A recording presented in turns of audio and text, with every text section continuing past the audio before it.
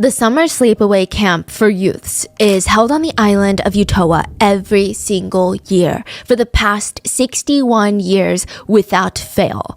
Kids, typically around the ages of 14 and 20 years old, they're going to gather for this multiple night stay on this heart-shaped island. And I say island, but don't picture like a tropical getaway destination. It feels more like camping. It's got that stereotypical summer camp setting in the middle of the woods, tall green pine trees, bonfires, the dirt pathways that connect the campgrounds to the very few buildings that are on this island. You don't really even have many bathrooms. You just have what they call the sanitation building, which is like this giant communal bathroom where every single morning you see all these little teenagers come out of their campgrounds. So whether it's a little camping house or a little tent, they have their toothbrush in hand, ready to go to the bathrooms and brush their teeth. During the summers, it's always raining, or it's like drizzling. So you hear that tit on the tents, and you likely need 3 bottles of mosquito spray on you at all times. It's not bright and sunny all the time. Now, the island itself is relatively small. It's about 26 acres, which, to give you a comparison, a visual comparison, that's about 2 massive stadiums combined. The Yankee Stadium, for example, is a good comparison, 2 of those combined, or 15 football fields connected to each other. I mean, okay, it's not small, but it's not large, especially during the camp session when almost 600 teenagers are on the island. The teenagers are there, the adults organizing the whole camp, the camp counselors, guest speakers that come and talk to the teenagers are there, and there's a lot of action going on. But these teenagers, they've got energy. Even after a full day, jam-packed itinerary, they're like, we gotta play some games at night. They would have these little dance parties. This is a time where Justin Bieber's Baby was the hit song. You could walk by a row of tents, and more often than not, that song is playing on repeat in like at least half of the tents. Or if you sneak out of your tent after a lights out time, you might stumble upon 2 teenagers just groping each other on what they call the lover's path.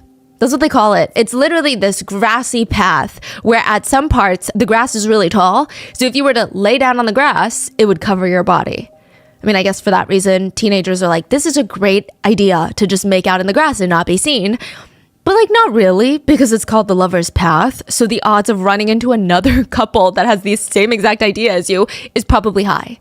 But when they're not trying to make out, the campgoers would come up with very unique ways to stay excited.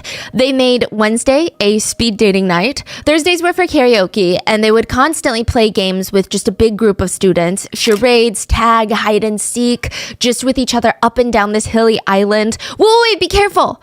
That leads to the edge of the island. So most of the island would have cliff-like drops into the water. So like I said, it's not really a beach where you have all that sand that gently goes into the water. It's like a drop, and there's jagged rocks. So yes, summer camp is about the games that you play. And right now, there's a group of 11 teenagers laying down on the grass on the lover's path. Here, right here, shh. Just lie down and pretend like we're dead. Lie down kind of in like a strange position so it looks like we're dead. Hurry. They all start throwing their bodies awkwardly on the ground. I mean, they're almost kind of piled up on each other with their limbs just tangled. I mean, it's very uncomfortable. It's the type of position to at least give you one of those aching leg cramps that makes you want to cry. It's very weird.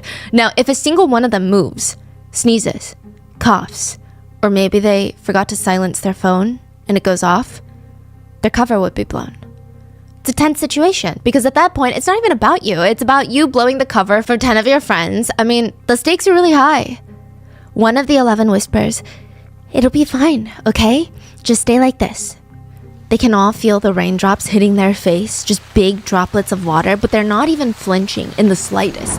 They're using all their energy to breathe in as little air as possible. Because if we're both laying in the grass, your arm is on top of my waist and someone else's leg is on top of you, every single time I breathe, your arm, that person's leg, is gonna go up and then it's gonna go down. None of them really know how long they're supposed to be hiding like that.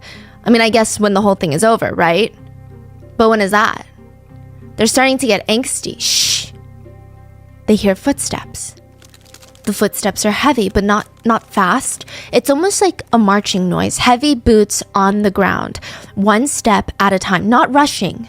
Whoever this is, it's interesting. They're not hiding and they're not playing dead. The group of 11, they're holding their breaths while they hear the foot snapping the branches and twigs on the moist mud ground, and it sounds like it's getting closer. I mean, they could have sworn that that snap sounded like it was right next to them. One of the 11 lifts their head and looks up. They see a guy, maybe early 30s, blonde hair, blue eyes, staring straight at them. His face is empty.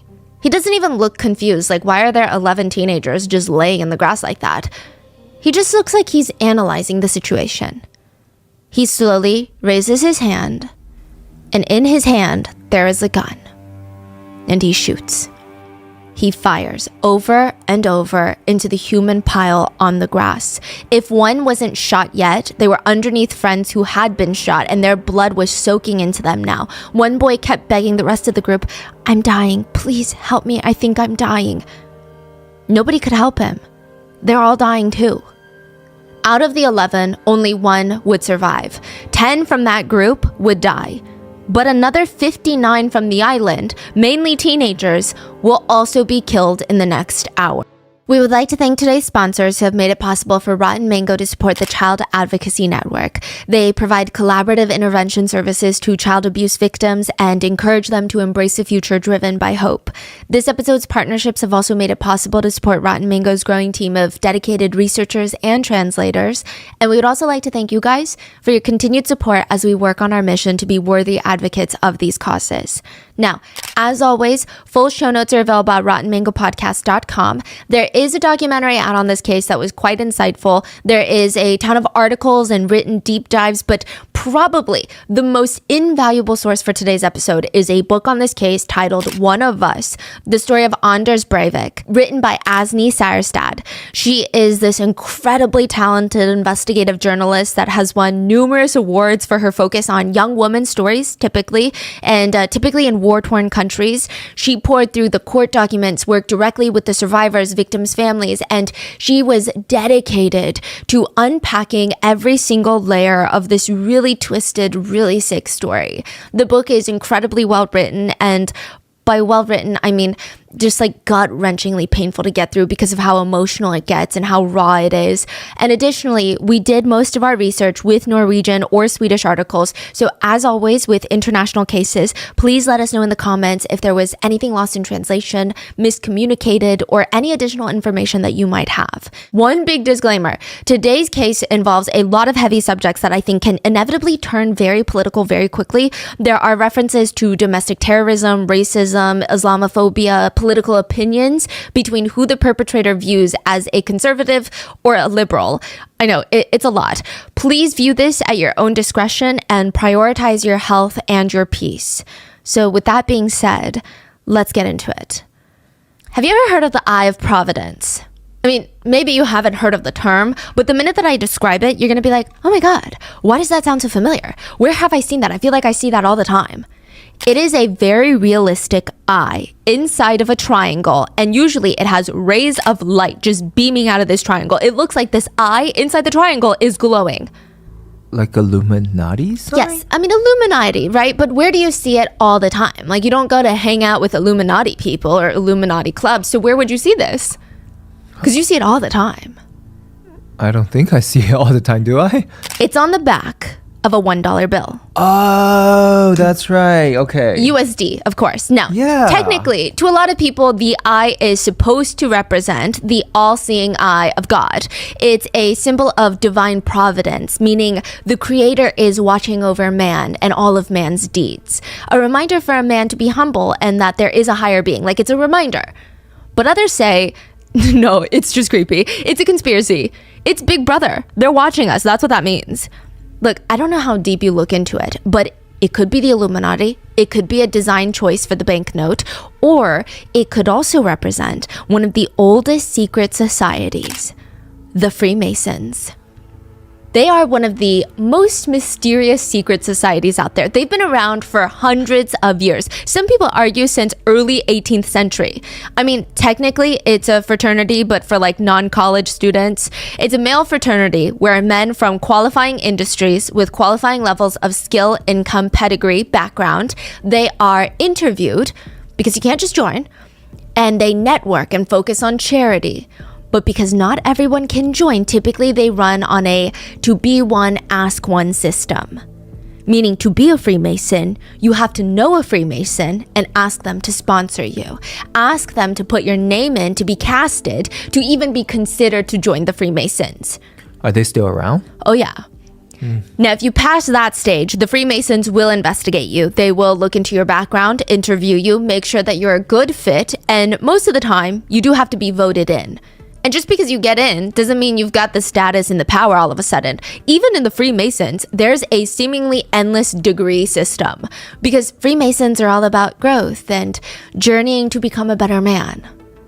Allegedly, when a man joins the Freemasons, they have a series of oaths that they need to take, and one of them is protecting the secrets of the order. Breaking the secret, breaking the trust of the Freemasons is seen as a grave offense. There's rituals, ceremonies, allegedly, symbols with meanings, all of which, allegedly, according to slightly conspiratorial online Redditors, are all kept a secret for a reason.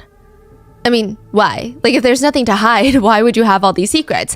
So naturally, there's a lot of conspiracy theories that come out of Freemasonry. Some believe the connection between the symbols like the Eye of Providence and the secrecy of the Freemasons, that they're performing rituals, bloody rituals. They're sacrificing animals. They're sacrificing humans. What else would they be doing?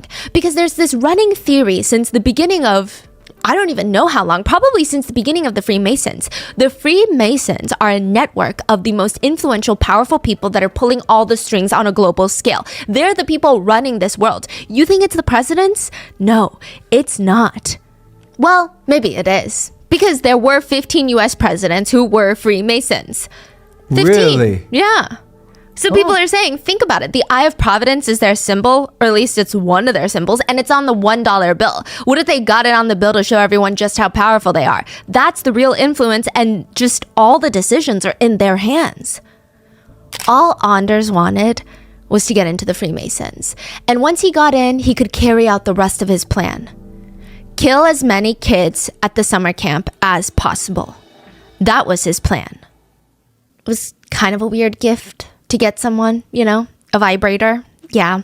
Okay, there's a woman who gets a vibrator as a gift. Now, conveniently, this is after she mentions to this guy in passing that she and her boyfriend broke up.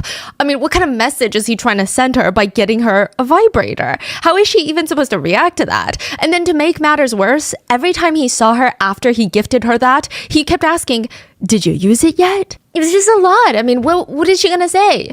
She's starting to feel alarmed about the whole thing. He'd always kind of been like that. She'd known him for a while. Sometimes they would sleep in the same bed, and he would just press his body up against her, clinging onto her so tight that she felt like she couldn't breathe, like she was going to go claustrophobic. Even if she tried to inch away from him, he would just inch closer and closer and closer to her. And it always felt like any minute now, he's going to force himself on her. Like he was trying to, you know, it's just a very uncomfortable situation because a son shouldn't do that to his mother, right? What kind of son gives his mom a vibrator? How old is the son? 20s. And they still sleep together? Sometimes he would crawl in her bed. Now, if you want to people watch, the best place is at a red light. I'm serious. Okay, I think humans have yet to evolve to realize that sitting in your car does not make you invisible. Even if your windows are tinted, chances are that people can peer directly into your car and see you knuckle deep into your nostril, picking your nose. Even just people watching and looking at the car next to you at a red light, you can usually tell if that person is in a rush or not. Are they tapping on the steering wheel, but in this erratic way that you just know that they're not tapping along to the beat of the music, but they're late for work, so they're anxious? But also, if you're in Oslo, Norway, July 22nd, 2011, there would be a lot of time for you to people watch because traffic is jam-packed. The only thing you can do is listen to music or just glance around and see if you can write everybody's backstory because the traffic is bad. You're not going anywhere. And that one was weird. There was a Fiat on the road, a small little Fiat, and inside of it is a police officer who looks incredibly tense. He's wearing a full body armor, black armor, one of those police outfits. He's wearing an all black riot helmet, and he's carrying a pistol in plain sight that's just laying on his passenger seat. I mean, normally that's not how he or any police officer would dress or handle themselves, but July 22nd, 2011 was a very different kind of day. Nothing was going according to plan. Nothing was normal that day. That morning in Oslo, Norway, a white windowless van had parked right in front of a government building in the center of the capital city. And that white car would explode. There was a bomb inside. The building, the government building, it looks like a pressure cooker that exploded. There's footage from an angle of the bomb going off, and the building is still standing afterwards. It does not collapse, but it's kind of like when you play Jenga. You take out a full layer, and the whole building goes up and then falls down. It's still standing, but I highly doubt it's structurally sound. The inside has been torpedoed. Some floors have fallen into each other. The glass on the windows have blown outward, completely shattered. Even the metal, steel, and wood window frames, they've snapped. And they snap like when you snap wooden chopsticks. There's jagged end pieces, and they just go flying across the street. They slam into the building, across, onto the cars, onto pedestrians. The AC unit on this government roof is blown off, and it just goes flying in the air. There's debris and roof parts and construction parts everywhere. There's smoke coming out from that government building, and it looks like all the civilians had woken up in the middle of the night, came out, and looted the entire city. That's what it looks like. There's just dust. There's chaos all over the streets. When you look into that government building, the insides look completely charred. And you could have heard that explosion from 50 miles away from the center. But soon everyone in Norway, and honestly, globally, would know about this bomb. It was, first of all, a massive bomb. The bomb itself weighed more than a ton.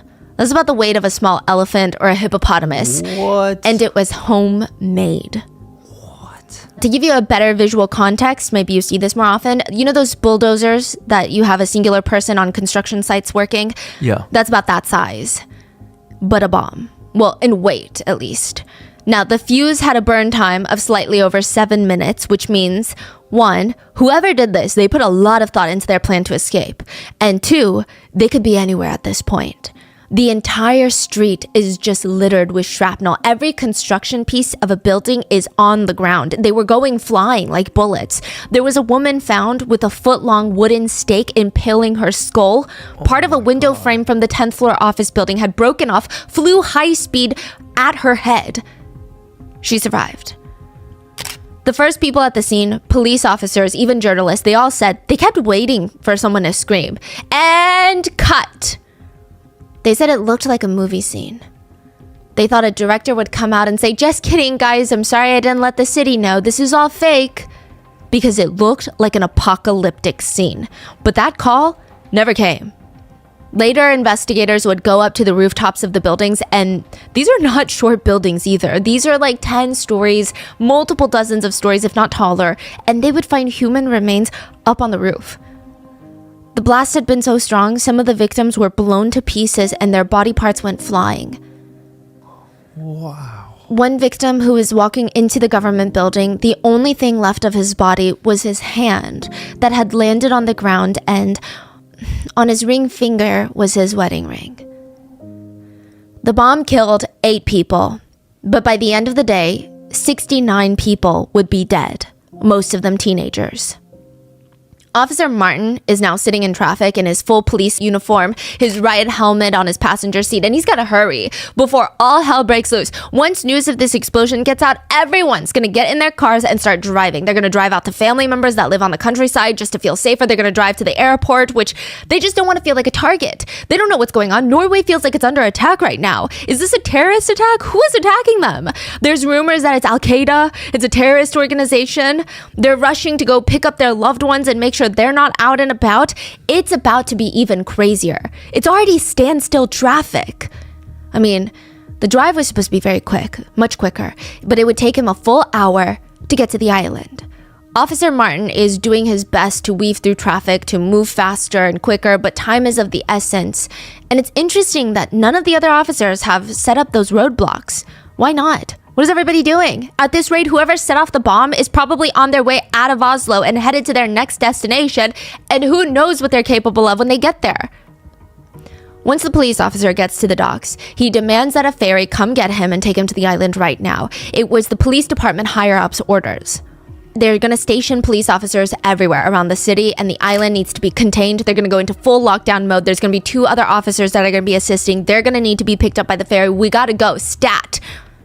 The ferry comes to pick up the officer, but the captain is a little agitated. How come I wasn't made aware of this? I mean, man, it's complete chaos in Oslo right now. What do you mean? The policeman gets on the ferry with a briefcase and a rifle. The captain of the ferry is stressed.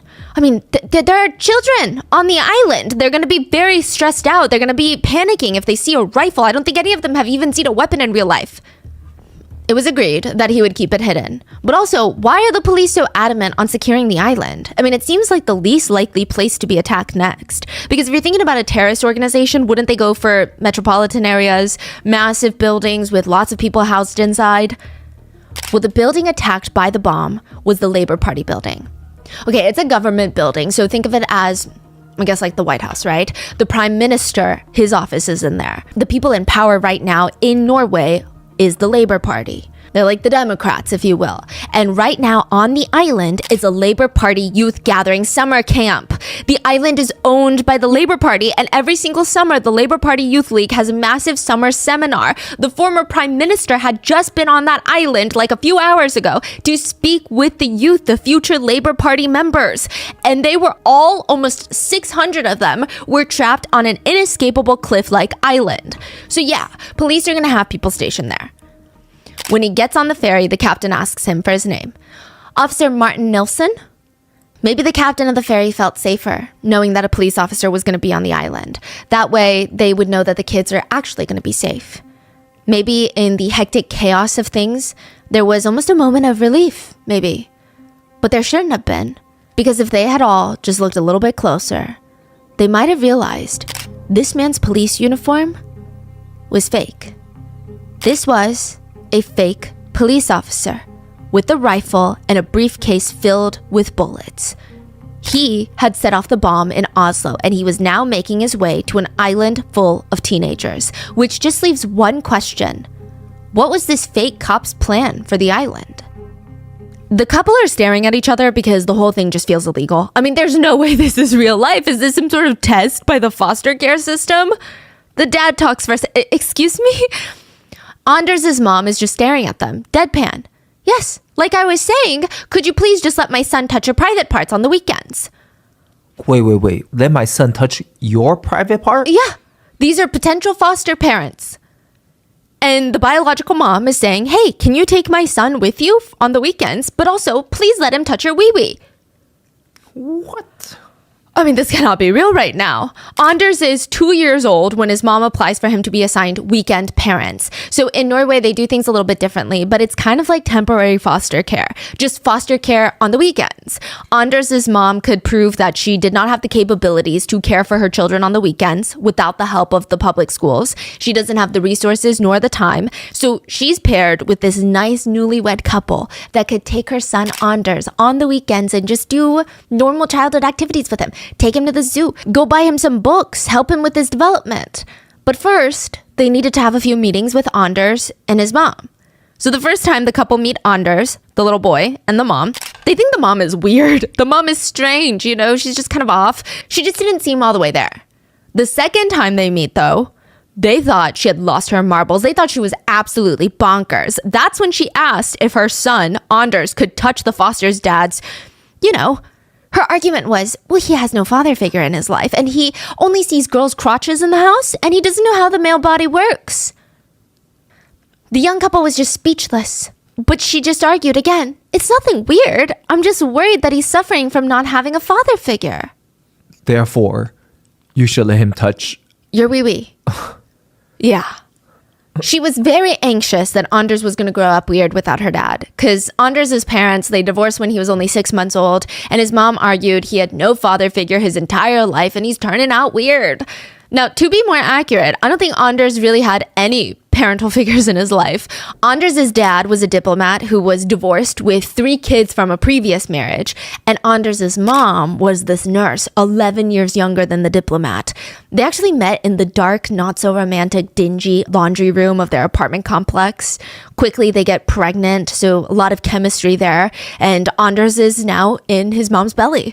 And from the get-go, not a good plan. This whole thing was just a giant red flag. Even Anders' mom knows it's a red flag. The dad, he's not a loving dad. He already had 3 kids from a previous marriage, and anytime the 3 kids come to visit him, he would just shut them out of his head. He wasn't abusive, but he was definitely neglectful at best, in my personal opinion. He's someone that does not seem to care for children at all. Anders' mom, she went back and forth about whether or not she wanted to terminate the pregnancy. Do I terminate? Do I not? Do I do this? Do I do not? I mean, there were so many glaring red flags, but at the end of the day, like, this is her baby, right? By the time that she made up her mind, she wanted to terminate. Termination was made illegal. She could do nothing but have this child, and she hated this child for that very reason. She's like, this child in my stomach is a parasite. She felt like this baby was absorbing all the nutrients, growing, kicking her stomach so hard to the point where it feels like it's on purpose, where it feels like it's personal. While every day she grows weaker, more nauseous, less attractive. She's aging every single day, and the parasite just keeps getting stronger and stronger. She said, it's almost as if he kicks me on purpose to torment me. And you know how some people are just like, no, just wait. The baby's going to come out and you're going to fall in love head over heels for your child. Just you wait. Maybe that's what Anders' mom was told by her friends. But the minute that Anders came out of her, she felt like something was wrong with him. She thought all those pain meds that I was given during birth, because I was in so much pain, it messed him up somehow. I don't know how to point it, but something's wrong with this boy. Regardless, when Anders was about 6 months old, his parents get a divorce and he went with his mom. I mean, not that he had a choice and not that his dad fought for him. And from then on, it would just be his mom, his older half-sister, Elizabeth, from his mom's previous relationship, and Anders, and whichever boyfriend Anders' mom had at the time. Now, maybe Anders was too young to know how many boyfriends his mom had at the moment, but the neighbors weren't. I mean, they probably had a blast keeping a tally of all the new ones that would show up at her door while her kids were home. Can you believe it? You know, she leaves her kids at night, and then she goes out to do God knows what with God knows which man, and then doesn't come back until the morning. They're not even old enough to be left alone during the night. And the saddest part is, their mom is so focused on her sex life that she doesn't even care that the children are starving. I know, most kids I talked to, they said they went over to hang out with Elizabeth, the half-sister, and they would come back home starving. And they would report to their parents, they don't eat dinner at Elizabeth's. Dinner's not a thing there. Yeah. But the sex life thing was very alarming. I mean, if you're the family's neighbor and you happen to be trying to get into your apartment at the exact same time that the mom is trying to get into your apartment, you'd probably be freaking out because she will keep you in that hallway for hours trying to talk to you about anything that comes to her mind. And apparently the only thing that comes to her mind is aggressive sex. Yeah, it was described by many people as being incredibly aggressive conversations about sex. That's all she could talk about in front of her own children. Elizabeth is maybe 10 at this point. Anders is 4. Elizabeth was like the mom of the family. She would find an excuse for the neighbor to take just so that they could run away from their mom. She knew that her mom was a mess. She'd be like, Mom, don't we have to go put these in the freezer before they defrost? Come on, Mom, we gotta go inside. A lot of the neighbors, the teachers, they all reported something odd was going on in that house. Social Services and the Center for Child and Adolescent Psychiatry ends up investigating multiple times. And Anders' mom is she's not doing really well. I mean, she clearly suffers from intense, untreated mental illnesses, but it's also just progressively getting worse. Child Services noted on numerous different occasions, mother seems severely depressed. She states she is thinking of just walking out on the children to go live her own life. She describes herself as being, quote, a nervous wreck. But at the same time, she blames all of her problems on Anders. She said that he was uncontrollable. He would have these temper tantrums for the smallest thing, according to his mom at least, would push around his older half-sister and even his mom. She said that he was so angry, his punches were painful, and if they ever tried to shake some sense into him, literally they would shake him like, what are you doing? Stop it! His mom claims that he would just smile and then shout in her face, it doesn't hurt. It doesn't hurt. just to taunt her, just to drive her nuts. She said, clearly, something is very wrong with this boy. He doesn't like to play with the other kids. He never does any pretend play, which is a big red flag in children's development. So you know how kids pretend to be a princess, a butterfly. If you don't do that, it is a little worrisome. It's a huge part of how they develop their brains. Yeah. Now, he never interacts with other kids. He just likes to stand on the side and observe, even at playgrounds. Even if he hurt himself very badly physically, if he tripped on cement and got a crazy road rash, he wouldn't cry. He would just stare at it. And that is bizarre. Anders' own mom described him as clingy, difficult, demands a lot of attention, and aggressive and nasty. Anders' mom would keep asking doctors if there was something, anything at all that they could diagnose Anders with so that she could get him on meds to help, with everything. AKA, she wants to stomp out his personality with medication because she thinks that he's too much. So specialists decide that they're going to come in to observe and watch Anders to see if he's got any of these traits that his mom is talking about. And they get the exact opposite. I mean, I think they even had to check their files to make sure that they're at the right place with the right kid. He just seemed over life. As a toddler, he took no pleasure in toys. He was not curious. He does not care to do anything physical or use his imagination. He just seemed emotionless, expressionless for the most part. He also was incredibly clean and tidy. He would actually have an outburst when he can't control how clean and tidy his environment is. But the good thing is, the doctors observed that once they changed his environment and got him to adapt to a new setting that was a lot more kid-friendly, he started slowly exhibiting more childish traits, which is like being curious, wanting to play, doing pretend play. So they concluded that his psychological state and damage was done by the environment and probably his mom, and as of right now, it could be reversed. It could be. So if we can get him into foster care, it's going to be a good time. They noted that the mom was very, very abusive, in a sense, verbally abusive with her son. One second, she would be so pleasant and kind with him, and then the next second, she would scream at the top of her lungs, "I wish you were just dead!" They said that on one hand, the psychiatrist and the specialist believed that his mom had a very complicated viewpoint of men and projected that onto her own son. So it seems like even in her romantic relationships, on one hand, she absolutely needs a man in her life at all times. She needs her son in her life. On the other hand, she's incredibly skeptical and grossed out by a man's aggressive sexual tendencies. And she seems to think that Anders does that at the ripe age of 4. I mean, it was just escalating very quickly. But when they suggested that he be placed into the foster care system, his mom disagreed, and technically there was nothing that they could legally do about it.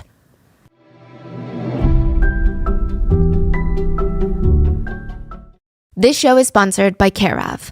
I'm the type of person who will test out every single skincare product that I hear about on TikTok. But let me tell you, that is a very expensive habit and my skin does not like it. So recently, I went down this rabbit hole of trying to figure out which products are actually going to give me results. And that's when I realized that I am wasting so much money on products that are probably not doing anything for me. That is why I'm obsessed with CareAv's ceramide supplement. I heard about ceramides before and I knew that they were good for my skin, but I had no idea that you could take it as a supplement. I thought it was just something skincare brands market for their moisturizers. But what ceramides do is they reinforce your skin barrier. They help to support skin hydration and firmness and can even help stimulate collagen production. So basically everything I want for my skin is in this one supplement. And CareAv is a health and wellness company that makes really high quality supplements. Their ceramide supplement is derived from the highest quality, sustainably sourced Japanese rice. All you have to do is take a short online quiz about your lifestyle and health goals, and CareAv will give you doctor-backed recommendations on which supplements might be the best fit for your needs. Then you can choose to get a monthly subscription, or if you don't want to make a commitment that fast, you can just buy one bottle to test it out. But if you do subscribe, which is what I do, and I highly recommend it, you get your supplements shipped straight to your door. I used to hate having to repurchase supplements every month when they run out. This made it so much easier. And you can even use the CareAv app to track how you're feeling after taking which supplement, which helps you decide what to order the next month. So I highly recommend taking the CareAv online test if you're someone who wants to improve your mood, energy, skin health. They have a whole variety of the highest quality options to choose from. For 50% off your first CareAv subscription order, go to takecareof.com and enter code RottenMango50. That's 50% off your first CareAv subscription order at takecareof.com and enter code RottenMango50.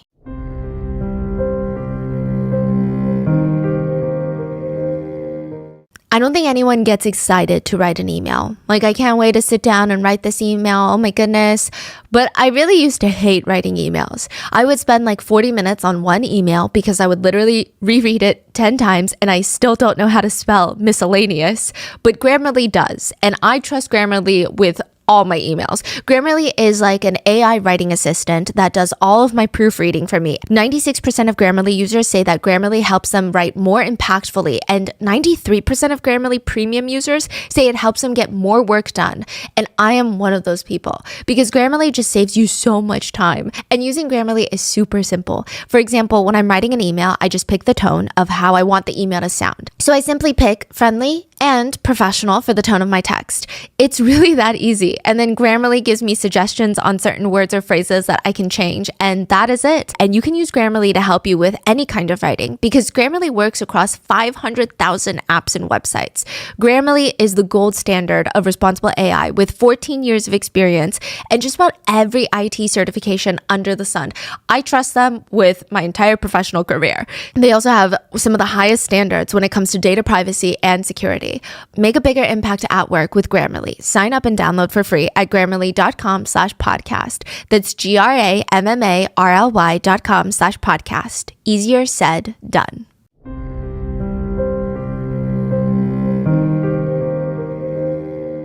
But that was when he was a kid. Later, as a teenager, a few of the neighbors, they could see the red flags in Anders. I mean, they could practically smell the red flags. Really. And when the neighbors, they stepped onto their front doormat to walk into their homes, their shoe would sink into the doormat and make that disturbing squishing noise. It's like if somebody soaked the doormat in a tub of water, pulled it out, and then you step on it, it's like squish. And they're like, that smell, I know that smell because there's no way it's water. It's pee. There was only one resident who would pee on all the doormats, and it wasn't a family pet, it was Anders. But it's best not to even say anything about it, because if you talk to Anders' mom, she's not going to do anything about it, and if you talk to Anders about it, he might retaliate even harder. One of the neighbors likely said something because her doormat was peed on, then her weekly newspapers were soaked in pee, then her storage room in the basement also peed on. There were rumors going around that he liked to play Master of Death and Life with ants. He would find an ant colony and he would see them all walking in the straight line, all the working ants. And he got off on the idea that he could eeny, meeny, miny, moe, and then just squash one to death. It was all up to him. It was his choice. They didn't get a say in who survives and who dies. He would catch bumblebees and put them in a cup of water to watch them drown, and he thought it was hilarious. He would even have these rats that he shoved into a small cage, and it seemed like the sole purpose of having these pet rats was so that he could hurt him. But eventually, he would move on from rats to people. Now, this is very interesting. So in high school, Anders was bullied, but he was also bullying other kids. So the stronger kids would bully Anders, and then he would turn around and pick a kid weaker than him and then bully them. One time, he picked a skinny boy from the school, laid him in an old rug, rolled him up like a sushi roll, and just started jumping on the rug, crushing him. And he thought it was hilarious. And boom. There is a loud bang and an echo through the cafeteria of the main building on the island of Utøya, and it sounds like if someone threw a metal tray onto the ground. Anders walks in, and he starts calmly going from room to room. Nobody's running away from him. In fact, the kids are gathering near him, watching him, waiting for him to give out orders. He's a police officer, after all. He's here to save them from whatever is going on this island. So far, all they've heard were a few loud noises that sound like fireworks and some screaming. He walks over at a regular pace to a group of students that are just kind of huddled in the corner, and he opens fire.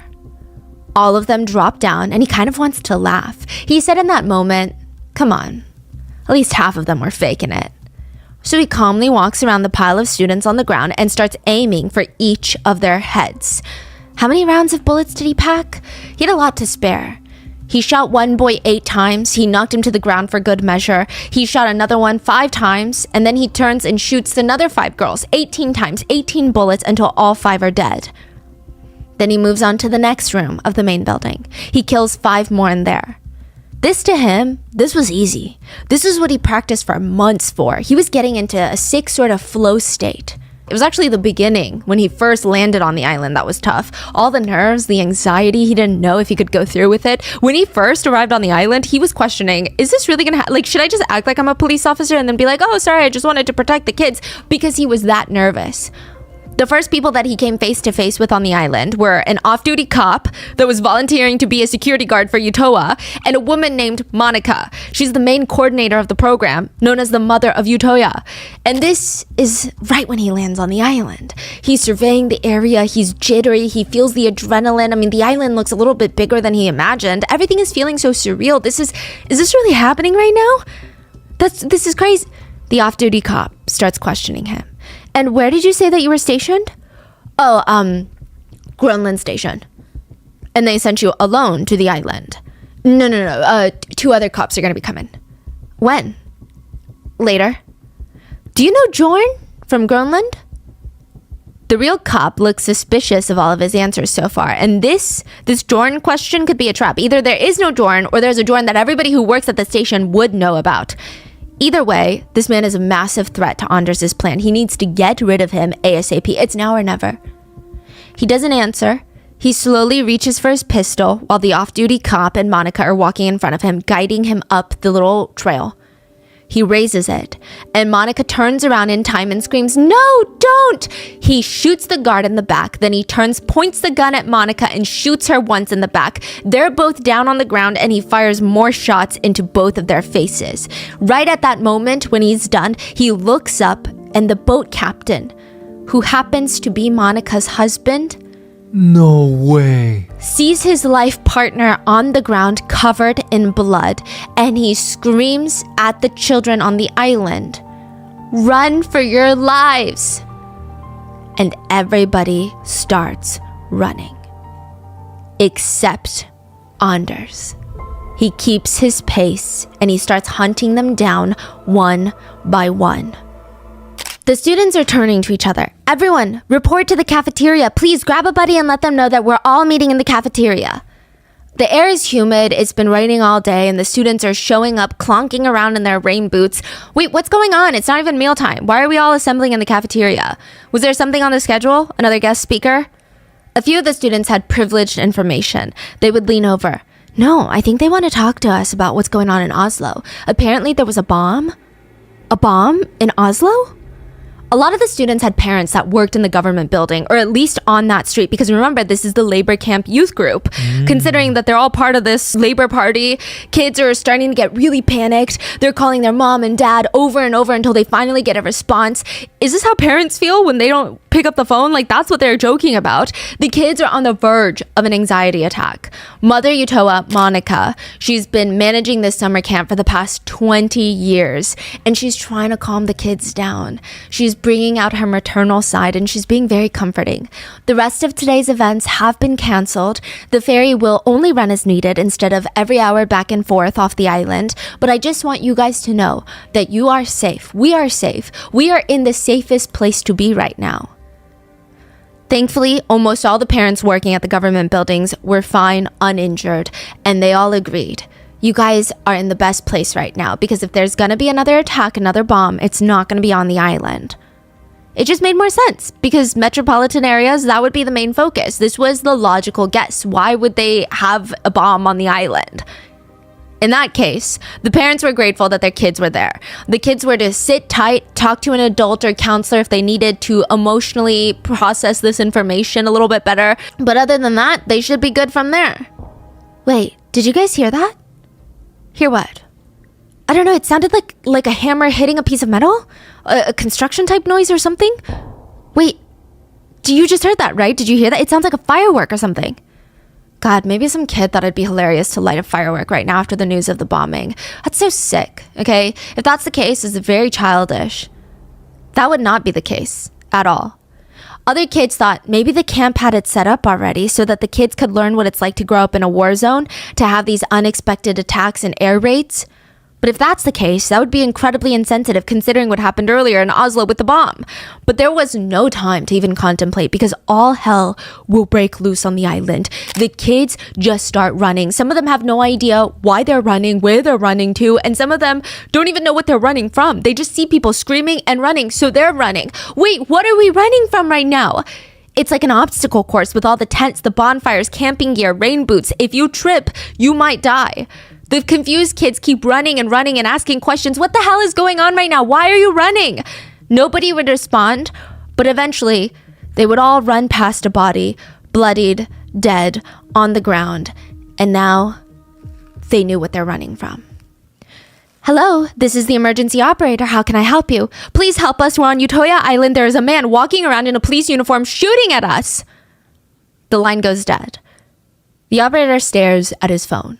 What is wrong with kids these days? I mean, the youth, they really have no such thing as discipline. What a sick joke to make right after the Oslo bombing. He's about to turn to his coworker to rant about this kid doing a prank phone call when ring, ring, ring, ring, ring, ring, ring. Every single phone is lighting up and the calls are getting backed up. Every single phone call from Utoya Island. This was not a sick prank. This was far from that. Back in the main building, Anders was methodically murdering the children. He would walk up to a girl, hiding her head near the piano keys, thinking he couldn't see her. He walks over, shoots her. Blood starts pouring out and down between the piano keys. Shot after shot, he's just firing into everybody. A lot of the kids would hide their faces with their hands. The bullet would go through their hands and then into their heads. Anders walks up to behind the piano and sees another girl hiding. He smirks, fires a shot. It goes through her hands, but it doesn't hit her skull. Then another shot. This time it goes through the top of her arm. And the whole time, she thought, this isn't so bad. I think I can survive this. I think so. I mean, her whole body just started to feel numb. She felt like this buzzing sensation. Her brain is not registering at all what's happening right now. It felt like she'd been kicked with a soccer ball really, really hard, but she thinks she can survive. And then the next bullet hit her jaw. She slumped to the ground, holding her jaw in place, and she could hear the gunman just breathing heavy, walking over her to the next student to kill. It's interesting. The taste? She said that she's never tasted that before in her life. Gunpowder. It tasted like gunpowder. This was gonna kill her for sure. I mean, she could feel it. She's never experienced this before, but the movies, the books, this is it. One shot and you're dead. This is her third, and it's in her jaw. She's starting to lose feelings in her arms, and then she tasted it. This time she knew that taste. It was blood. Meanwhile, 16-year-old Elizabeth is on the phone with her dad. She heard the news about the bomb in Oslo, and her dad works as a truck driver in Oslo, Monday through Thursday. She has no clue what route he takes for work and what happened if he were to be in front of the van when it exploded. What then? Thankfully, he picks up to let her know that he's at home still. He didn't make it into work. He's going to be okay.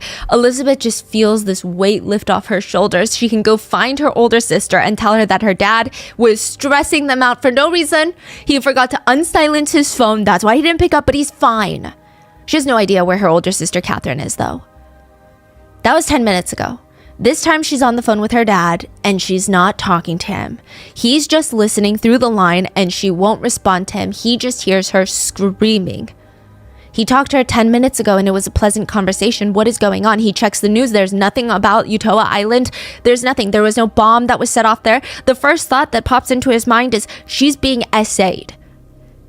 Wait, what? Because there's no news about the island. He thinks that she's calling because someone is essaying her at the summer camp.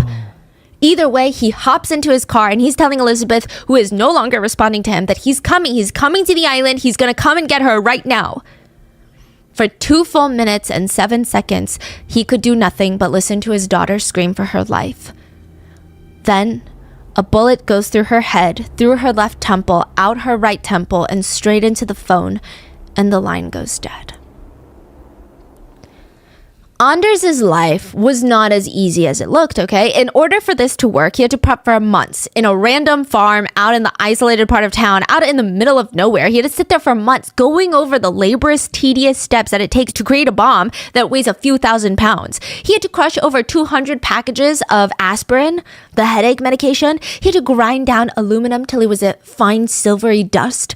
It just got on everywhere. Do you know how aluminum powder is? I mean, no matter what you do, it's going to be on every single piece of your clothing. It's just going to be covered in gray dust. It's worse than glitter, honestly, to get out, but it also makes things more explosive. He had moved to the farm a few months ago. It's about a 2-hour drive from his mom's house, and he clearly underestimated the amount of work that this whole thing was going to take. His plan was to create a fertilizer bomb. But it's not as easy as they say online. Fertilizers for farms are usually in pellet form. Each pellet is coated in a water-repellent material to make these pellets detonate because, you basically have to soak it in diesel and gasoline. The pellets have to be crushed in order for it to become explosive. Now, how do you crush it without grinding it? He doesn't have a machine. So he would just put them all over on the red barn floor and grab a dumbbell, one of those workout dumbbells, and he would just crush them. He barely got through anything. Nothing is going as planned. His whole body feels like it's been ran through by a truck. He's so sore all the time. He feels like his arms are going to fall off. His timeline keeps getting pushed back and back and back. At this point, he's going to miss the summer camp. And even when he was able to do it, he's reading about all these shady websites and how easy it is to get ignited and how so many people have blown themselves up in the process of trying to create a fertilizer bomb. So he's feeling a little freaked out. And the fertilizer dust is everywhere. He said, I used a 3M mask, but surely I'm going to die of cancer within 12 months. I mean, I must have gotten so much of the fertilizer dust into my lungs. He would make mini versions of the big one that he was planning. And when it was thundering outside, he would take it out into the field to test it, to make sure it works. That's crazy. And it gave him a lot of anxiety. What if someone hears it? What if someone sees him? But also, what if it detonates before he can walk away? What if the fuse doesn't work as planned? Then what? So to do all of this, he had to spend a ton of money on steroids and protein powder to get his muscle mass up. This guy was jacked. There's no way that he felt he could carry out this plan if he did not have the stamina. He drank a ton of milk for a few months straight. He said that his reward system was good food and protein. He needed all the energy that he could get if he was going to kill as many people as he planned to kill. He wanted to kill over 100. Some people have described the island of Utøya as a piece of heaven on earth, or at least before July 22nd. If you look at the island from an aerial point of view, it's heart-shaped, and people say that it has all the best things about Norway just compiled into this one tiny little space. The trees, the water, the climate. The island itself is pretty underdeveloped, which just adds to the beauty of it. There's no crazy resorts on the waterfronts. The island is owned by the Labour Party in Norway. So there's just a few buildings out there for the purpose of gatherings and seminars and, most importantly, the youth summer camp that had been going on for 61 years. Yeah, the few buildings on the island include the main building. That's where all the guest speakers come to do these massive group activities. Then you have the cafeteria, a cherry red schoolhouse, tiny green cabins, as well as clearings to set up tents. There's also this little flat patch where you can play soccer, but most of the island is wooded. And these wooded areas, they just drop randomly down into a cliff into the water. There was really nowhere you could run. And he was hunting them, and they had nowhere to hide. He would later say it's not like the movies, the way people die. Yeah, there were two ways that people reacted to him on the island. This is what he said. Either they would lay down and pretend to be dead, or they would freeze completely, like their feet were glued to the ground. They could not stop staring at him. He would have the gun barrel up to their face, and they could not run. Nothing was holding them down. They were just frozen. It's like they knew what was going to happen next. He was going to shoot them. He's not going to spare them. He just thought it was so strange. He never saw anything like that in the movies. But he was also experimenting on his time in the island. He said one time he shot a girl mid-scream. He fired into her mouth. Her skull shattered, but her lips remained unharmed. The bullet did not graze any part of her lips. He's basically bragging that his aim was good. He also would later report that he shot people's heads, and they would all sort of let out this exhale, like a He thought that was interesting. He said it didn't happen all the time, but most of the time it did. And he never read about that anywhere, nor was it depicted in the movies. There are reports, though, that after he aimed and shot someone, he would let out a quick little whoop or a cheer. And even then, there was still a lot of chaos on the island. Obviously, nobody knew how many shooters there were, or if he was the only one, or if there were other officers on the island. Everyone was confused. Is this a real cop? Is this not a real cop? Near the middle of his spree, he would get tired of checking every nook and cranny in the grass and in the buildings. He resorted to luring the kids out. Is everybody okay? We caught the gunman. You're safe. The ferry is coming. We need to line up and get you on the boats. Kids would poke their heads out of their hiding spots and see him in his police uniform with the police badge on his black shirt and all the gear that a real police officer would have.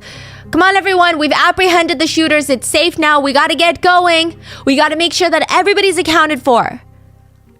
One by one, they would hesitantly get up and walk from the area of the grass that they were hiding in. And once he gathered a big group, he would lift up his arm and open fire. Oh my goodness, that is... After being shot, one survivor said she was shot in the shoulder and in the stomach, then later once through her thighs, through her legs. And she remembered thinking, okay, so this is how I'm gonna die. This is it. She just remembers feeling so thirsty and just waiting for death. She closed her eyes, and even before she closed her eyes, she said that everything looked foggy and misty, and the sounds were all muffled as if she was underwater. And she thought, oh, this is what death feels like. Okay. She closes her eyes and she gets ready because she said, I'd rather just die quickly. But the darkness never came. And she opened her eyes again and she felt this overwhelming sense of, well, if death doesn't come to me, why would I go to death? I should try and survive. And she said that she kept thinking about two things to keep herself awake and distracted. One, she hadn't seen the last Harry Potter movie yet. She read all the books, but the last film, Deathly Hallows Part 2, it'd be a shame if she left the series unfinished. And two, there was this guy in her class. He was a total douchebag, and she never told him he was a douchebag. And she said, so now, unless I go and tell him he's a douchebag, he's gonna live his whole life not knowing that he's an ultimate douchebag. So she had to stay alive for that. Anders did spare a few of the kids. One was this little boy. I believe he was there with his parents, and Anders believed that he was too young to know any better, too young to have a choice on whether or not he was at a camp like this. So he spared the little boy, but also he needed some more bullets. But he also spared 21-year-old Adrian. Adrian, in the beginning, when he first heard the firework-like noises, he did not believe that someone was hunting them. I mean, as of right then, this just doesn't make sense. It's kind of ludicrous. The idea of someone coming onto the island and shooting at them in Norway, where it has one of the lowest murder rates, like, people don't just shoot people in Norway. That's crazy. Adrian thinks genuinely, like, someone in the camp is trying to have a sick joke right now. And even though his brain is having a very hard time processing everything that he's heard, his body's reacting. He is half crouched, hidden behind a tree, and all around him he can feel more teenagers crouching and waiting to see what's the best next step. Everyone but the girl in gray. She did not hear anything. She had been in the showers the whole time. She had no idea that her friends were being hunted and murdered in the woods. She didn't hear the gunshots. She was in the shower. She's walking out of the bathroom, and all the other students are holding their breath because she's on the phone and walking straight towards the guy with the gun. The man starts walking straight towards her too. He doesn't speed up or slow down. He just walks at a leisurely pace, and he looks like he's intrigued. Like they're just strangers that are about to pass each other on a hike. But when they're a few feet away from each other, the girl looks up and her whole body tenses. There's just something so unsettling about this whole situation. Why is there a police officer on the island, and why is he holding a gun, and why is he looking at her like that? And there's nobody around. There is, but they're hiding. Right. Her whole body tenses, and she instinctively takes a few steps back. And the students in the grass see the man lift his right hand and shoot her straight in the head. And she is dead. That is when Adrian realized, this is not a prank. This is very real. Adrian and the others, they make a run for it. They start running towards the edge of the island because they're ready to jump off the cliff and into the water. They start throwing themselves into the water, under the water. Maybe if they're under the water, he can't see where they are. And maybe if he can, the bullet can't reach them that quickly and won't have the same amount of damage since bullets travel slower due to the density of the water. Exactly. So Adrian is knees deep in water when he looks to his side and he makes direct eye contact with the barrel of the gun. And it feels like multiple Mississippis have passed. Time is slow low. He imagines his parents and their cute Australian shepherds just showing up to his grave. And he's thinking, what a shit way to die. That's what he was thinking in that moment. And he looks up and he screams, "Don't shoot!"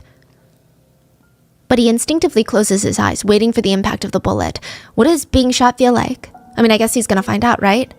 But when he opens his eyes, the man has lowered his gun and is stepping away from the trees. What the hell? Is his gun jammed? But then he hears 2 more shots ring out almost immediately. The man, Anders, would later say he did not kill Adrian because Adrian looked like a conservative rather than a liberal. What? Anders had a manifesto titled 2083, a European Declaration of Independence. The whole thing is 1,500 pages long. 1,500 pages, not words, pages long. And when he's done, he had a plan to email it to over 1,000 people before he committed his crime, which he did. The manifesto was emailed out to like an email list before he committed the crime, before he bombed the government building. Who's on the list? A lot of them were neo-Nazis that he met on a forum that he was collecting their emails, but also they would include Norwegian politicians and journalists. The whole dragging 1,500 pages of the manifesto are just him critiquing Norway, Norway's Labour Party, multiculturalism. I mean, nothing he says is revolutionary, eye-opening, even thoughtful, or remotely correct. Most of the pages are littered with historically inaccurate, rambling rants of someone who thinks that they know more than everybody else. Also, it's just filled to the brim with hatred. Basically, he's a raging racist. Most of his hatred is aimed towards anyone that is Muslim. He really hates Muslim people. He thinks that they're immigrating too frequently to Norway and they're going to secretly all of the Norwegian women and take over. Yeah. And he thinks that they're immigrating to his country because this random good-for-nothing civilian owns the country. In the manifesto, we do get a diary of how he's planning on committing the bombing and shootings. He even writes about his steps to get there and how he's been planning this for years. And something very unsettling to note, the way Anders talks about the plan is almost like he's planning a tactical military operation. There is no sense that he understands these are real lives. Not saying that he doesn't know right from wrong, but like he's such a narcissist, he does not believe that other people's lives mean anything. This is his world and we're all just living in it is the tone that he uses. He also emphasizes the importance of bringing water with you on a trip like this to get the mission completed so you don't get dehydrated. The way that he describes his future movements, his plans, is almost like he's playing a violent video game. He also rants heavily in the manifesto about the new Norway and how it's become a place where women come in and they just take men's power. He said it's so hard to find a suitable female to marry because all the women in Norway are just so liberal and they would make horrendous housewives, which is why when he was younger in his 20s, you know, he was a bit more into the idea of getting married and having a traditional family and a housewife. He tried to get a mail order bride. Yeah, okay, so he said, I'm gonna look for women that are super submissive, right? And I think that is just crazy to think that a specific ethnicity of women is more submissive is wild. But he also goes for Eastern European countries, which is like not what the women are known for there. They're usually known for being very independent and headstrong like any other country. He meets a Russian woman by the name of Natasha, and he said that they dated for a while. And most of it was just him shit-talking her country and her culture. He was just like, yeah, you guys are super uncivilized, and I think that most of your vegetables and food is radioactive. Because, you know, Chernobyl. Wow. Obviously, she stopped dating him, and he wondered why things did not work out. He was genuinely confused. He didn't feel like the problem was him, you know? And there's really only 2 people in the relationship, so clearly the problem was with her, the female. And women, honestly, it was women's problem. He stated that his upbringing had been so difficult because his mom was a bad mom because of the feministic revolution. That's why she had so many boyfriends, because the world was like, you should have so many boyfriends. You're a feminist. Ooh, go do your thing. He remembers when he was a child, the very first female prime minister of Norway was in office, Gro. She's actually known as the mother of Norway, and he hated her. He said she embraced the position too much, as if she genuinely thought that a woman being in the most powerful seat of the country was a natural thing. That seat belonged to a man. She was just warming it up. He said that TV stations are busy being a propaganda machine where it just showcases female superiority. He rants that women use harassment charges to keep men in line. He writes, the man of today is expected to be a touchy-feely subspecies who bows to the radical feminist agenda. To summarize 1,500 pages, the women were taking over, and now this was turning into a vagina state. That's what people like him called it, a vagina state. Yeah. So what is he going to do about it? First, he's going to kill all these people to make a statement. The Labor Party, the Democrats, the liberals, if you will, the people that want women in power. Grow was part of the Labor Party, and it is the current ruling party of Norway at the time in 2011. He wanted to kill them, strike them down, make a statement. Then he would find a way to take over and stop the ruling of their country. And then he would create the most specific conditions for breeding the best race. You had to have blue eyes and blonde hair. He would create these surrogate factories where men with blonde hair, blue eyes would go in and just impregnate blonde-haired, blue-eyed women so that these genes don't disappear because of all the Muslims that were coming in and having sex with Norwegian women. Wait, so he had a plan after this island shooting? Wow. It was a very dumb plan, but he did have a plan. I mean, it's honestly wild because he felt like he was one of the superior people to repopulate the population, right? Most people describe him as being average. They basically state he's so average, he's not even good at being average. He's average at being average. He was an average dude, average grades, average personality. He was even an average bully. He wasn't even like the worst bully in school. He was just like a very average dude. The students on the island, they had two choices. Stay on the island and get shot, or try to swim away from the island and likely die by getting shot in the water or drowning. So they're all throwing themselves into the lake, and their heavy clothes are dragging them under the water. It's a dangerous place to swim. And then the figure appears. Anders is standing on the edge of the trees, staring at the teenagers, trying to swim away, and his face is bright red. Was it blood? Was he just hot? I don't know. And he screams, "I'm gonna kill you all. You're all gonna die tonight." And he opens fire. Viljar just remembers thinking, I shouldn't touch my brain right now. He could feel the cold water, and he remembered the bullets had just rained down on them. Viljar was busy shielding his brother, pushing him into the water, pushing him out of the way, and his brother kept screaming for him, and he kept screaming, "Swim! Get out of here!" He remembers getting shot a few times. His brother was now gone, hopefully alive, swam away. Hopefully he did a good job pushing him. But now he was feeling most of his body go numb. His eye especially, it felt like something was in his eye. He could see with his other good eye, but not well. His childhood best friend slammed down right next to him. She had been shot, her hands were bloodied, and she was holding her stomach where the bullet was. And she was crying to him, "I'm gonna die, Viljar, I'm gonna die, aren't I?" "Oh, no, you're not. No, you're not gonna die. We're not gonna die." But he couldn't really see. He couldn't really see how injured she was. His eye was hurting him. He tried to open his other eye, and no light was coming in. He looked at his friend, and he calmly said, "I think I've been shot in my eye." She looked at him. Oh, shit. Because what else do you say to someone who had been shot in their eye? He put his hand up to his eye, and he felt something squishy. It was soft. It was his brain. His skull had been shattered, and there were bits of brain outside of his head. But his brother, he just needed to make sure that his brother was good so that he could rest. That's what they say in the movies, right? Keep yourself awake until your loved ones are good, and then you can go to sleep. So he laid there on the shore, telling jokes to everyone there. He was shot, bleeding out. A lot of them near him were dead, and he would tell them jokes. He would hum, he would sing, and then he would cry for his brother. That was all he wanted to do, was to make sure his brother was safe until he couldn't do it anymore. That was his plan. Some of the other teenagers tried to find some humor in their potential last moments. Two were shot on the shore, and they were hiding behind rocks. They were both bleeding out, holding onto their wounds, trying to stop the blood flow, and they were trying to stay as still as possible so the killer doesn't come back. And they whispered, "It'd be really nice to have a cigarette right now." "Yeah, it would be. Do you think the shops are still open?" And they both giggled. And they stopped, because it hurt. The Delta teams were dispatched to the island. Norway's elite police units. They arrived 72 minutes after Anders. They're trying to get an understanding of what's happening, but it's been pure chaos for the past 72 minutes. Nobody knows who the killer is, where the killer is, and how many there even are. I mean, everyone's busy trying to stay alive. Even when the Delta teams get there, they're trying to talk to some of the wounded to try and figure out who the shooter is, but they don't want to talk. The ones that are still conscious, they're scared. They don't know if it's just another shooter pretending to be a cop trying to get them to talk, so they're pretending to be dead still. How do they know that these police are the good guys?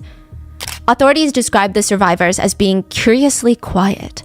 They said it seemed like they were more or less paralyzed. They weren't screaming, they were just sitting there, as quiet as possible. The locals who were working near the docks or live near the island, they started getting into their boats and they were getting ready. I mean, they had no idea what was going on, but it seemed like there were kids jumping into the frigid cold water trying to do something. So they start rushing over there. And now as they get closer, some of the boats stop and they just float around the island.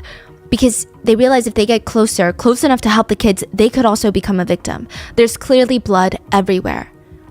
Other boat owners, they don't even think twice. They start navigating closer to pull the kids out of the water. The kids are being pulled up one by one, shivering, some of them actively bleeding. The water around them is turning pink. What the hell is going on? They're coughing up water.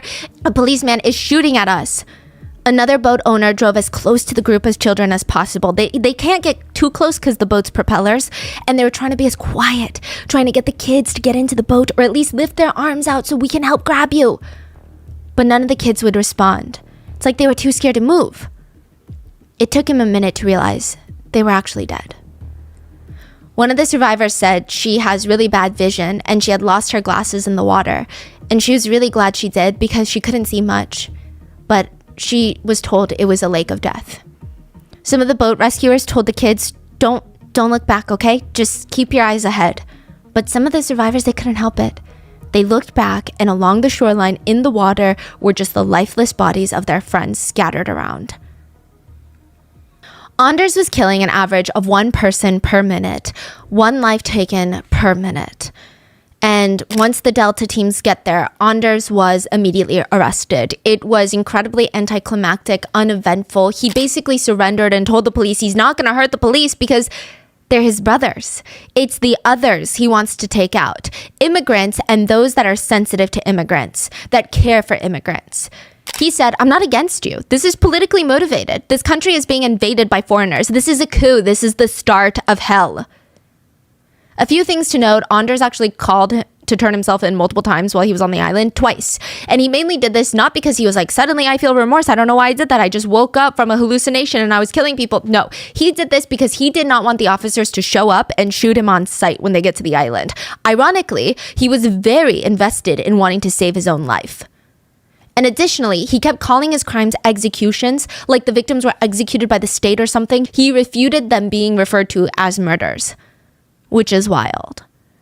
After his arrest, the only thing that he seemed really to care about, well, one, was not being put in a prison with a lot of Muslim inmates. Wow. But also was that they do not take his picture. He was hell-bent on the police using one of the pictures that he had prepared for this very moment. He included it in his manifesto. In fact, he wrote in his manifesto, before you commit acts of terrorism, take professional headshots. Where you look good, get a haircut, buy a suit and tie, do your makeup even. Because otherwise the police will purposely find the most R-word looking photo of you and post it everywhere.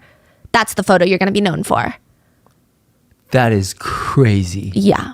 And what did they use? They used their own photo, mainly. Oh, okay. Yeah. Did you see the photo that he prepared? Yeah. What does that look like? I mean, some of them are like him posing with a gun, but they do look photoshopped. So it's like Facebook photo, like trying to look cool. Yes. Trying to look bad and cool.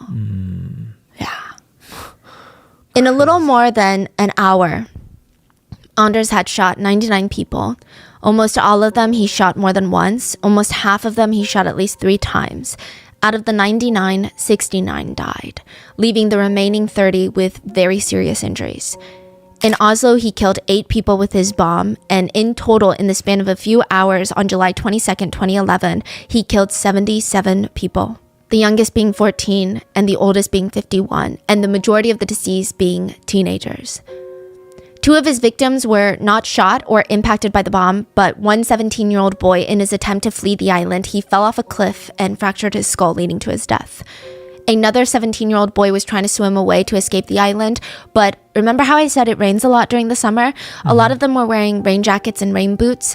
It wasn't hot, so a lot of them were wearing a lot of thicker, heavy clothing, and the water was pretty dangerous. He was found drowned at the bottom of the lake. It was the bloodiest day in Norway since World War II, and at the time, globally, it was the worst mass murder in modern Western history. At the time. Everyone on the island gets divided into 3 categories by the authorities. Survivors who had been shot, but they survived. Bodies, and those who are still on the island and likely not alive. Their bodies have yet to be recovered. And of course, you had the group that were not shot and they survived. Do you remember Elizabeth? She was the one on the phone with her dad when she was shot. She was, unfortunately, she passed. But her older sister, Catherine, was also on the island, and she called her parents, and she was trying to keep calm so that they didn't worry too much. And she told them, "Mom, I've been shot in the stomach and the arm, but it's okay. I'm okay. They're taking me to the hospital."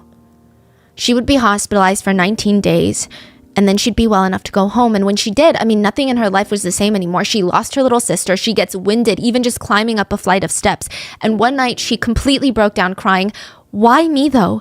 Why me? Elizabeth was the pretty one with all the friends. Why did I survive? Why not her? Why did she have to be the one to die?" And her parents didn't even know how to respond to that. Adrian, the one that Anders didn't shoot initially because he thought he looked conservative enough, well, he was eventually shot in the shoulder. Whether Anders was aiming for him or just opening fire on everyone and he happened to be in that group is unclear, but he was hiding when he was shot. He survived, made it to shore, and he kept insisting, "I'm good. I've just been shot in the shoulder. There's other kids that have been shot in the head, the face, the stomach, the chest. Like, go take care of them." The EMT listens to his heart and they're shocked. I mean, they're staring at Adrian like he's not even supposed to be here, because if that bullet had been 1 millimeter, 1 pencil tip closer to the left, he would have needed to amputate his whole arm. If it had been 1 centimeter, about the size of a staple, closer to his heart, it would have killed him. Viljar, the brother who was shot in the eye, he survived. Wait, the one that with the brain tissue out? He lost an eye. He needed to amputate his arm, but he survived, and so did his brother. Viljar was in a coma for a really long time. Nobody knew if he was going to make it. And the doctors came in and they told his family, "We're going to need to amputate his arm before he even wakes up from the coma." And his family said that Viljar's little brother, he would stick one arm into his shirt for the next few weeks until Viljar woke up. He said he wanted to prepare for when his brother woke up from his coma so he could teach them all the tricks of living without one of his arms. So he tried to live his life without one of his arms so that he could give him all the hacks. Yeah. There were a lot of siblings at the camp, and in some cases, parents lost both of their children at once. There was a survivor named Lara, and she said, "It felt like he never ran out of bullets. When it started, there was so much mud that I almost slipped. I kicked off my sandals. I was running barefoot. It didn't take long to get to the end of the island, maybe 30 seconds. It was then that I realized there's no place to run to. There's nowhere to hide." She would lose her older sister, Bano, on the island. Many of the survivors, they lost friends or family, and they felt a ton of survivor's guilt. One survivor said, "I only had time to escape and survive because he was busy killing someone else." In the days after the attack, the entire city of Oslo and really all over Norway, there were flowers laid out for the victims. Flower shops all over the country were running out of roses, lilies, then orchids, then carnations. Every church and monument in the city was covered in flowers. After Anders' arrest, Anders' mom was contacted by the police and she was told to come out of the building and put her hands in the air. She thought that her son had also been injured in the bombing in Oslo. She was freaking out, making sure that her baby's all right. She thought it was strange, like he's not coming over for dinner like he promised. And it was only in the interrogation room that she learned what her son did.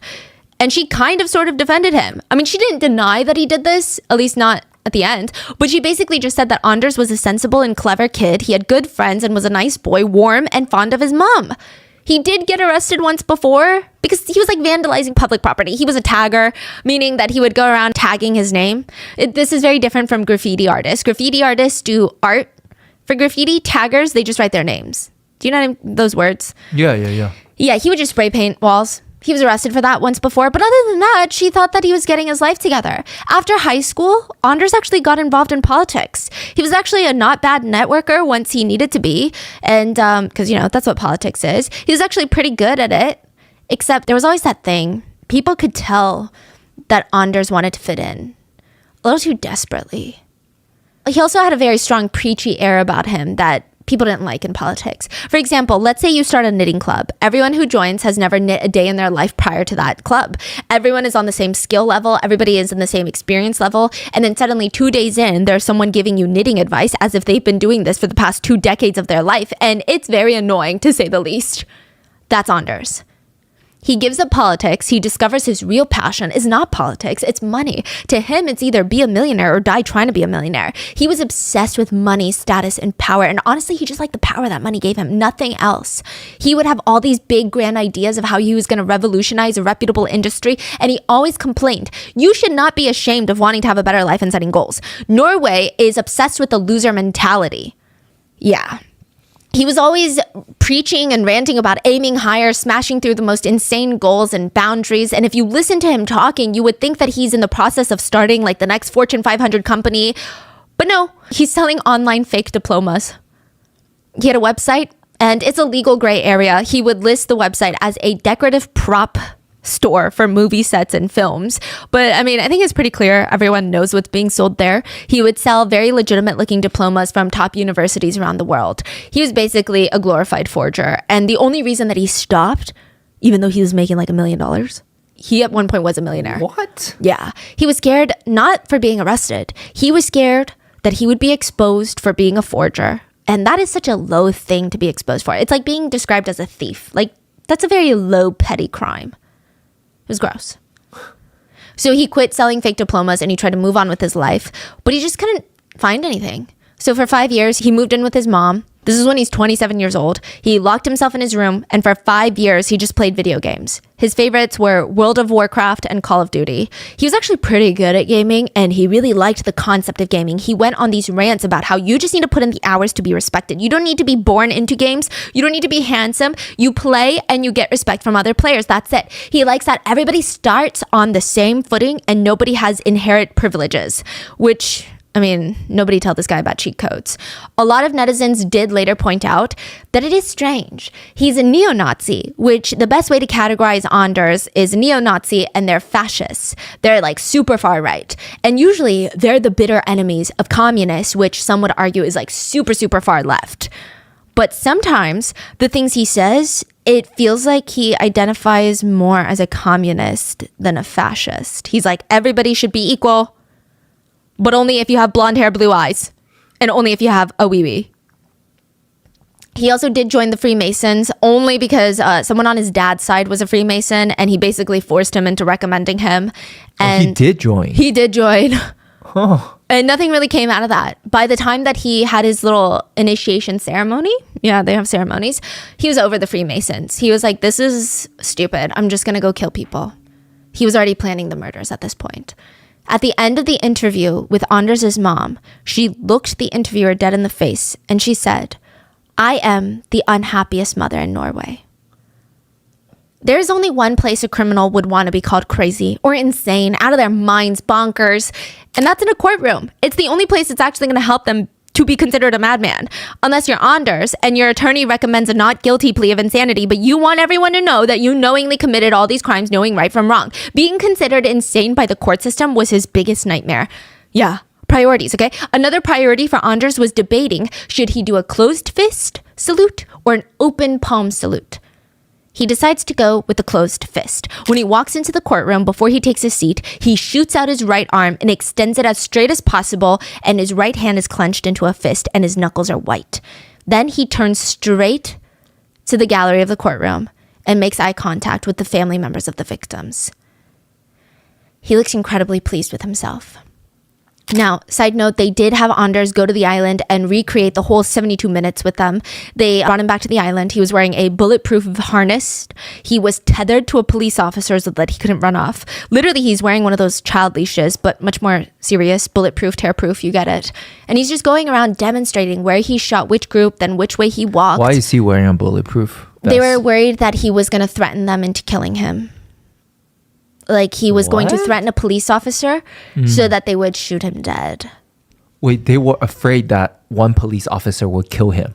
He would put them in a situation where they had to shoot him. Like he would want to exit by a police officer. Right, like he's trying to run away or trying to attack them. And then... So they can make him exit, but they didn't want to do that because they wanted him to stand for his crimes. Right, okay. Now, to a degree, it was for the police to get a very clear picture of how everything happened, but it was also so that they could get a gauge on his emotions. And they observed that he had no regret, no emotions going back to this island. There is a picture of him where he was just holding up an imaginary gun and he's grinning. So he's basically displaying to the police, this is what I did here. It's like he's reliving the kills. Later during the trial, Anders is given the opportunity to address the victims' families, and he slowly gets up from his chair, turns to face the court, and he says, when people say they have lost their most beloved, I also lost my entire family. I lost my friends. It was my choice. I sacrificed them, but I did lose my entire family and friends on July 22nd. I lost everything. So to a certain extent, I understand. Crazy. In one snippet of his testimony, so in the US, it's advised that defendants do not take the stand, but Anders' testimony and cross-examination would go to last longer than a week. He actually gets very upset when they start rushing him because this is his time to shine. Yeah. And he tried to argue that he did not do this out of evil. He did this out of goodness. He was trying to help Norway. He also compared the summer camp, to a Hitler Youth event, which is crazy considering he has many parallels in the way that he thinks that are parallel to Hitler. And what are you even talking about? Yeah. That's not even politically correct. It's astonishing how someone can be so evil, but also at the same time so incredibly unaware of themselves and their own ideologies. It's just weird. Jeg anerkjenner ikke norsk rett, fordi at dere har fått mandatet deres fra politiske partier som støtter multikulturalisme. Day 17 of the trial, an object goes flying through the courtroom, a shoe. I mean, all anyone can do is just stare at it. It misses Anders, which is the target, and it hits one of his defense attorneys instead. And a man gets up screaming from his chair, "Go to hell, you killed my brother, you go to hell." Anders turns around and he looks disgusted by this man's actions. Like throwing a shoe is the most violent and vile, just despicable, uncivilized thing a human could do. But that man looks him dead in the face and says, "You're a murderer and a devil, so go to hell." The whole courtroom is silent before one person starts clapping. And then another, and then suddenly everybody is cheering and clapping. The young man is escorted out of the courtroom with just one shoe.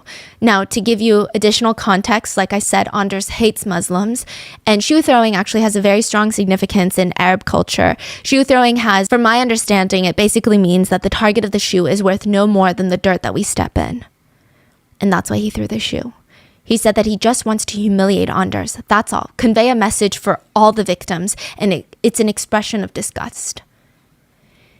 In the end, Anders was deemed sane and given the maximum punishment of 21 years. You're kidding me. Now, I will say there is a loophole in this. So this sentence is what the Norwegian justice system calls containment. So it's not technically 21 years. It's likely that he'll never get out. So basically what happens is that parole can be considered in 10 years. But after 21 years, for whatever reason, it doesn't even really have to be like a valid, strong, crazy reason. The parole board is just like, no, you're going to stay another 20 years. It just seems like that's the maximum they can give. So it just means that after 21 years, they have to evaluate. Oh, okay. But like there's no way he's getting out, is what most people believe. Can you imagine though? Yeah, no, I don't think so. Like I think, no, Norwegians would, no. Yeah. Anders will be kept in solitary confinement. His only friends are a few parakeets that he gets to keep in he has a 2-story prison cell. It's 2 stories. We're going to get back to it because Norway has some of the best prisons. Oh my gosh. Now, the victims' families and survivors are just trying to navigate life and, in most cases, severe PTSD. One survivor said that there are times where he's in a crowded street or store and he starts having panic attacks. His chest gets tight, like he's gasping for air. Another survivor said the only place that they feel safe is in a moving car, where there's no strangers, there's no openness, and it's easy to drive away. Some survivors still have bullets or fragments of bullets in their bodies because it would have been more dangerous to remove them. And one survivor said it definitely hurts with trying to move on. They said mentally it's like, there are still pieces of evil inside of me. And it just feels like a reminder. Some of the victims' families and survivors have moved on though.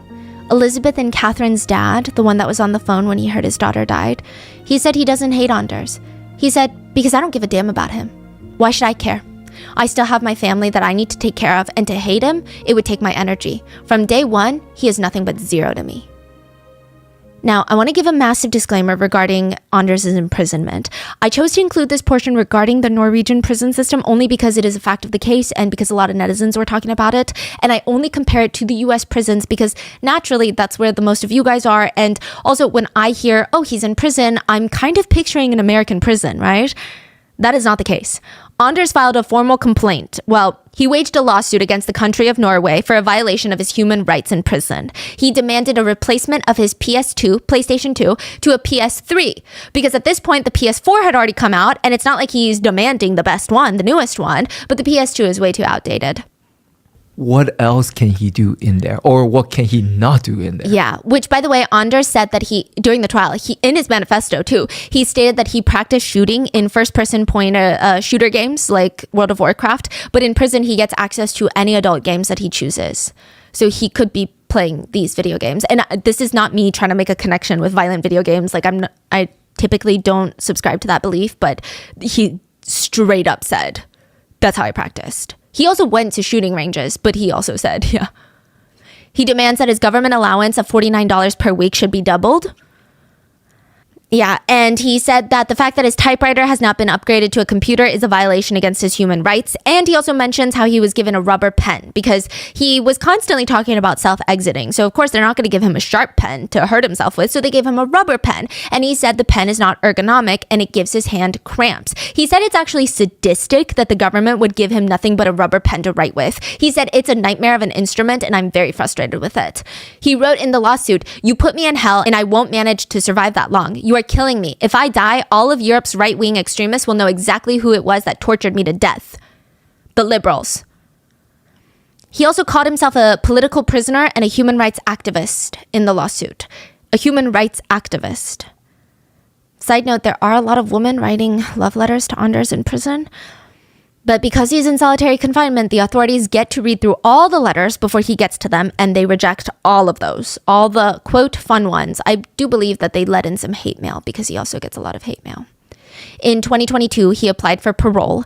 After his minimum sentence of 10 years was served, his application was denied. Now, in 2024, he is 45 years old and he waged another lawsuit this year against Norway. And he claims that his conditions in prison are inhumane and it's making him want to self-exit. But when a psychologist evaluated him, they stated that he does not appear to be very depressed and he was very low risk for self-exiting. But just to give you an idea of how depraved his inhumane conditions are, here's a glimpse of his everyday life. He can play video games, watch TV, read the newspaper, and check out books from the prison library. He was given a computer, so his typewriter was changed into a computer, but he does not have internet access. He can prepare his own food and do his own washing. He can have phone conversations with female friends. He can contact prison staff, lawyers, a priest, health professionals. He has an outside volunteer that he was working with to get updates on life and help with things, but he no longer wishes to see them. I think they pissed him off. They can play chess with some volunteers. He built a gingerbread house as part of a prison competition during the holidays. He's got access to an outdoor play yard and is allowed to keep pet birds. That's freaking crazy. He has a living room in his cell that is the size of a medium-sized apartment living room, and there are 2 video game consoles connected to a flat-screen TV that looks to be about 60 inches. He has black leather couches, a coffee table, and curtains on a massive window that lets in a ton of natural light. He has a dining table that has one of those table runners that's equipped with candles, so I guess if he wants to eat nicely. The prison gym has a rowing machine, a leg press, all of it which looks very clean and new. Now, normally, this is a cell pod, so that 2-story cell would be shared between a few prisoners. But because Anders is high risk, he gets to have it all to himself. And he believes this is inhumane. And that is the story of what happened on Utøya Island. I don't think I need a disclaimer, but obviously, I don't think any religion has any sort of connection with one's personality. I do think that there's a lot of villainification of Muslims, and I mean, I don't think anything he said is even worth debated on. It's not even a conversation because it's like talking to a brick wall. Like, there are no thoughts. It's just pure hatred. Yeah. There is a Netflix movie that was created based off the events, and fictional movie? Fictional. I think there were some conversations about it, which obviously it was not used as source material, but I just wanted to let you know. What are your thoughts on this case? Let me know in the comments. This was a highly requested video, and please check out the book. I think the author works with a lot of the victims' families, and it was just an incredibly tough read to get through, but I think it is very insightful. Please stay safe, and I will see you guys on Wednesday. Bye.